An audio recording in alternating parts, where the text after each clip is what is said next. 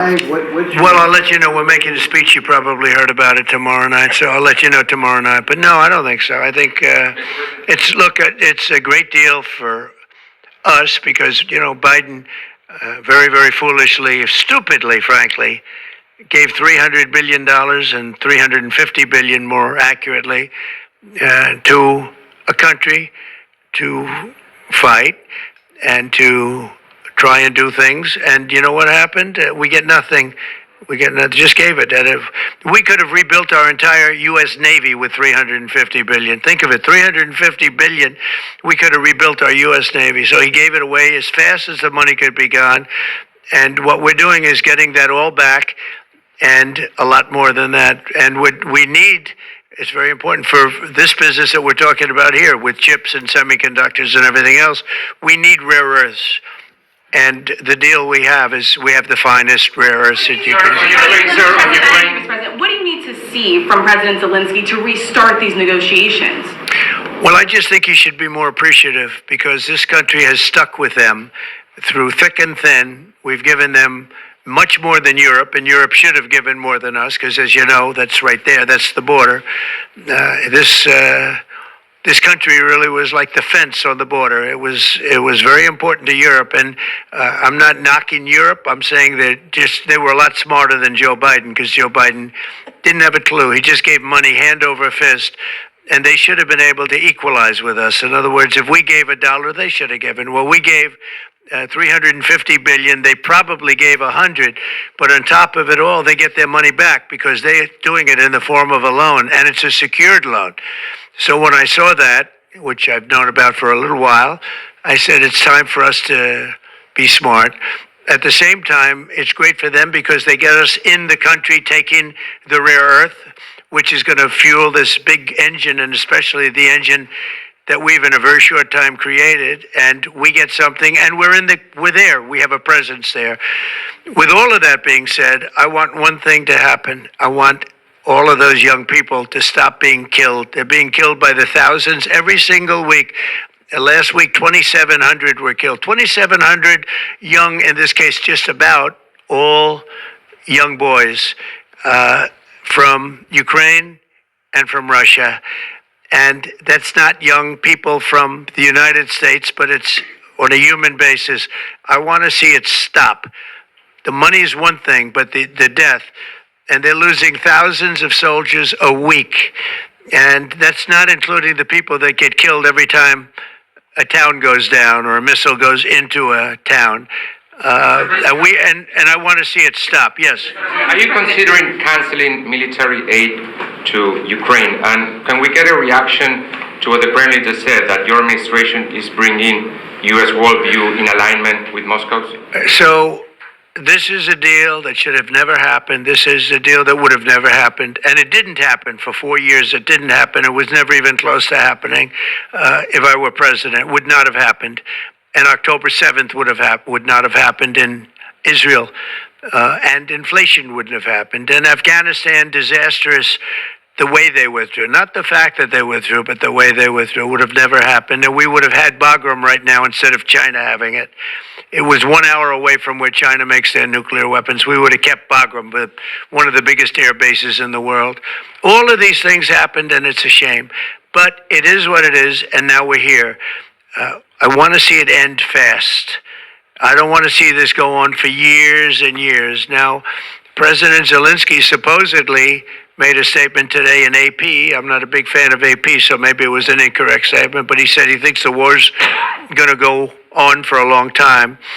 And he better not be right about that. That's all I'm saying. This project, could this minimize the impact to the U.S. with chips should China decide to isolate Taiwan or China decide to take Taiwan? Well, it's a very interesting point. It's a great question, actually, but this would certainly, I can't say minimize. That would be a catastrophic event, obviously, but it will at least give us a position where we have, in this very, very important business, we would have a very big part of it in the United States. So it would have a big impact if something should happen with Taiwan. Russian sanctions. Are you looking at relieving Russian sanctions if there is a peace deal? Well, we're going to make deals with everybody to get this war, including Europe and European nations, And they've acted very well. You know, they're good people. I know most of them are friends of mine. The heads of state, the heads of the various countries, prime ministers from the different. I got four prime ministers and five presidents called me over the last 2 days, and they want to work it out. They want to get it worked out. And I think they're also, you know, they're talking money, but the money is less important than the deaths. We're talking thousands of young people a week. And people would say, why do I care about Ukraine, young people? Why do I care about, and not all young, but they're pretty young. You know, Ukraine is running a little bit low, and they're getting older. They're recruiting older people. It's a very, very sad thing that's happening over there, and we want to get it finished. We want to stop the death.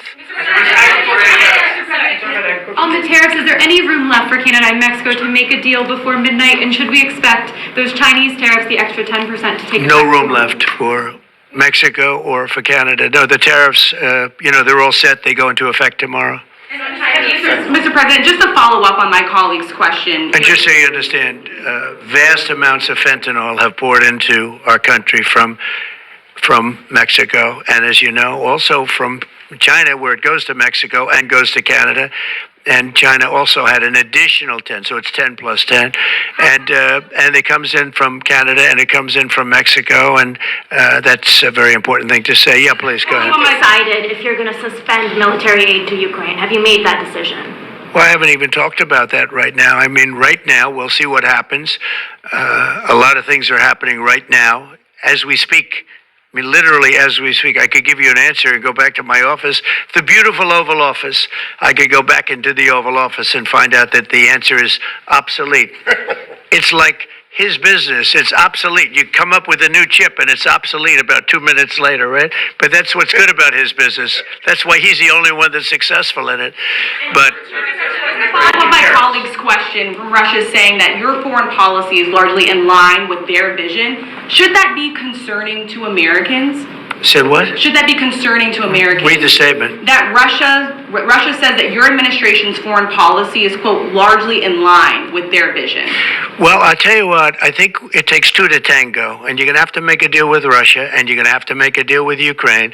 You're going to have the assent, and you're going to have the consent from the European nations, because I think that's important, and from us. I think everybody has to get into a room, so to speak, and we have to make a deal.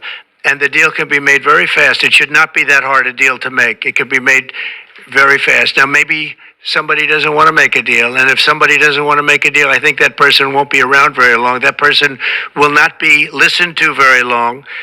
Because I believe that Russia wants to make a deal. I believe certainly the people of Ukraine want to make a deal. They've suffered more than anybody else. We talk about suffering.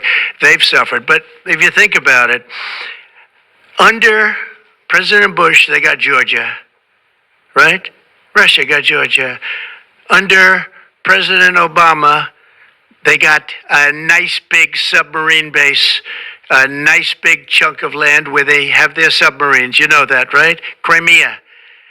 Under President Trump, they got nothing. And under President Biden, they tried to get the whole thing. They tried to get the whole big Ukraine, the whole thing. If I didn't get in here, they would have gotten the whole thing. So I can only say, you can go back to Bush, you can go back to Obama, and go back to Biden.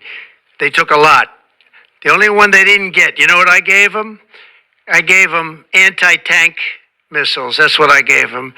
I gave them sanctions on Russia.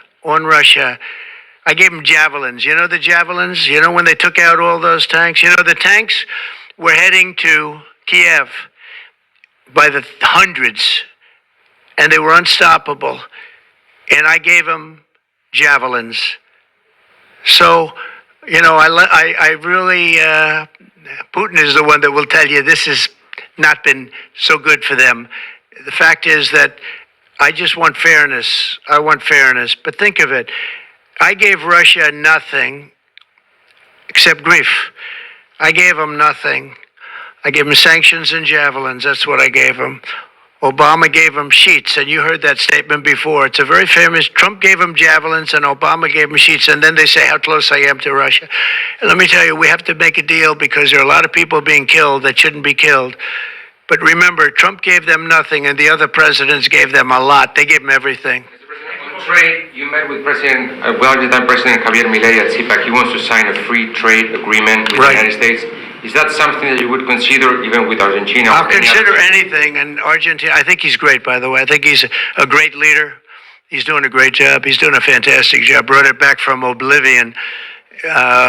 Yeah, we'll look at things. We're looking at the UK with things. It doesn't have to be tariffs, but tariffs are easy, they're fast, they're efficient, and they bring fairness. For instance, when people kill their dollar, their equivalent of the dollar, whether it's the yuan or the yen in Japan or the yuan in China, when they drop them down, that puts us at a very unfair disadvantage. So all I have to do is say, Howard, we're going to have to raise the tariffs a little bit, because I've called President Xi, I've called the leaders of Japan to say you can't continue to reduce and break down your currency. You can't do it because it's unfair to us.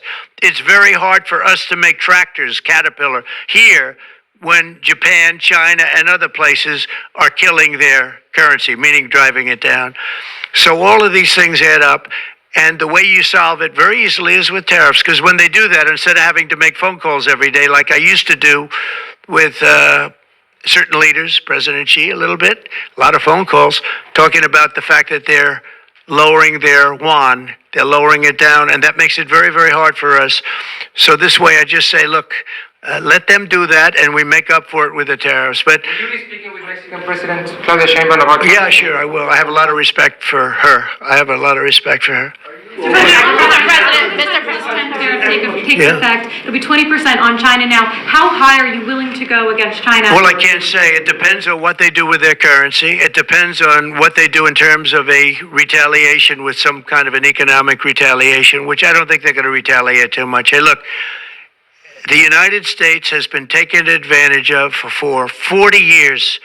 The United States has been a laughingstock for years and years. That's why this gentleman is built in Taiwan instead of building here. It would have been better if he built here. If we had a president that knew what they were doing, and we had a lot of them very bad on trade. Look, I'm a huge fan of Ronald Reagan, but he was bad on trade, very bad on trade. He allowed a lot of people, a lot of businesses to be taken. So I say that with due respect, because he was so great on other things, but he was bad on trade. We are setting records right now, records like nobody has ever seen before. When you have companies like this coming in, and almost 40% of their company in one signature is going to be devoted to what he does, which is one of the most important businesses in the world. That's an unbelievable thing. When Apple now is going to start building all of their plants here, all because of what we've done in terms of, it's not because he likes me or they like me. They don't probably like me at all. I don't know. I think he likes me a little bit at least. But you know what? It's the incentive we created, or the negative incentive. I mean, it's going to be very costly for people to take advantage of this country. They can't come in and steal our money and steal our jobs and take our factories and take our businesses and expect not to be punished. And they're being punished by tariffs. It's a